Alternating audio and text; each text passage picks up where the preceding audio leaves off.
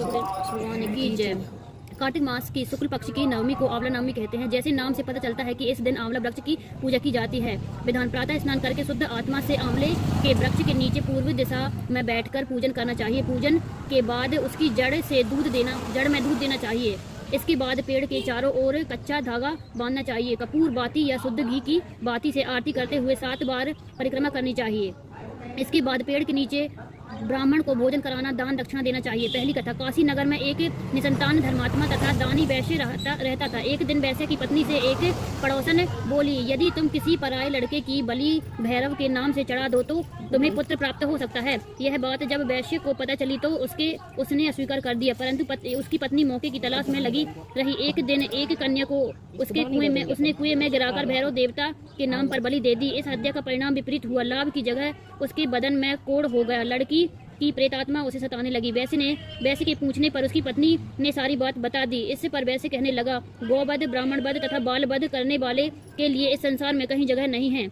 इसलिए तू गंगा तट पर जाकर भगवान का भजन कर तथा गंगा में स्नान कर, तभी तू इस कष्ट से छुटकारा पा सकती है। वैसे पत्नी गंगा किनारे रहने लगी। कुछ दिन बाद गंगा माता वृद्धा का वेश धारण करके उसके पास आई और बोली, तू मथुरा जाकर कार्तिक नवमी का व्रत तथा आंवला वृक्ष की परिक्रमा कर तथा उसकी पूजन कर। यह व्रत करने से तेरा यह कोढ़ दूर हो जाएगा। वृद्ध की बात मानकर वैश्य पति से आज्ञा लेकर मथुरा जाकर विधि पूर्वक आंवला का व्रत करने लगी। ऐसा करने से वह भगवान की कृपा से दिव्य शरीर वाली हो गई तथा उसको पुत्र प्राप्ति भी हुई। दूसरी कथा। एक सेठ आंवला नवमी के दिन आंवले के पेड़ के नीचे ब्राह्मणों को भोजन कराया करता था, सोने के दान किया करता था। उसके बेटों को यह सब अच्छा नहीं लगता था। घर की कलह से तंग आकर वह घर छोड़कर दूसरे गांव में चला गया। उसने वहां जीवन यापन के लिए एक दुकान कर ली। उसने दुकान के आगे एक आंवले का पेड़ लगाया। उसकी दुकान खूब चलने लगी। वह यहाँ भी आंवला नवमी का व्रत करने लगा तथा ब्राह्मणों को भोजन तथा दान कार्यक्रम चालू कर दिया।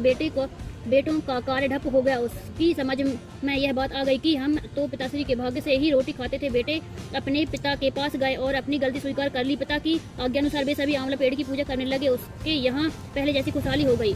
बोल विष्णु भगवान की जय। ओम भगवते वासुदेवाय।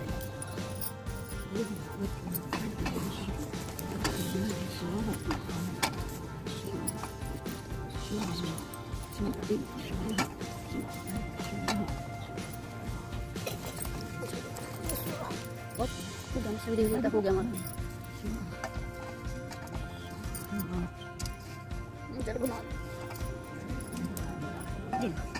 कर दो।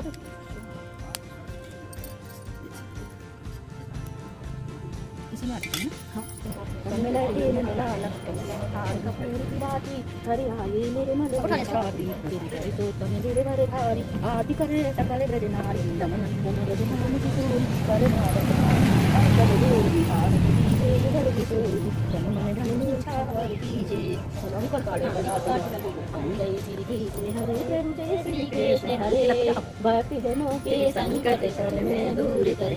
ओम जय श्री कृष्ण हरे हरे मानंद मुरारी मोहन गिरधारी जय रसरा श्रीहारी जय जय गिरधारी कर कंचन कटी सुमति कानन में माला मोरे मुकुट पीतांबर सोहे बनमाला दीन सुधा माता रे दारी दीन पिताए गज के फंड छुड़ाए भव सागर तारे भोलेना कसर संहारे नरसिंह रूप हरे पावन से तब प्रगति जन के बीच कर काली नाग नथैया नटवर छवि सोहे फल फल नाचा कर नायन मुनि राज काली माता सूत हरे जगत पिता कति राखी करुणाला जी हरि। ओम जय श्री कृष्ण हरे। ओम जय श्री कृष्ण।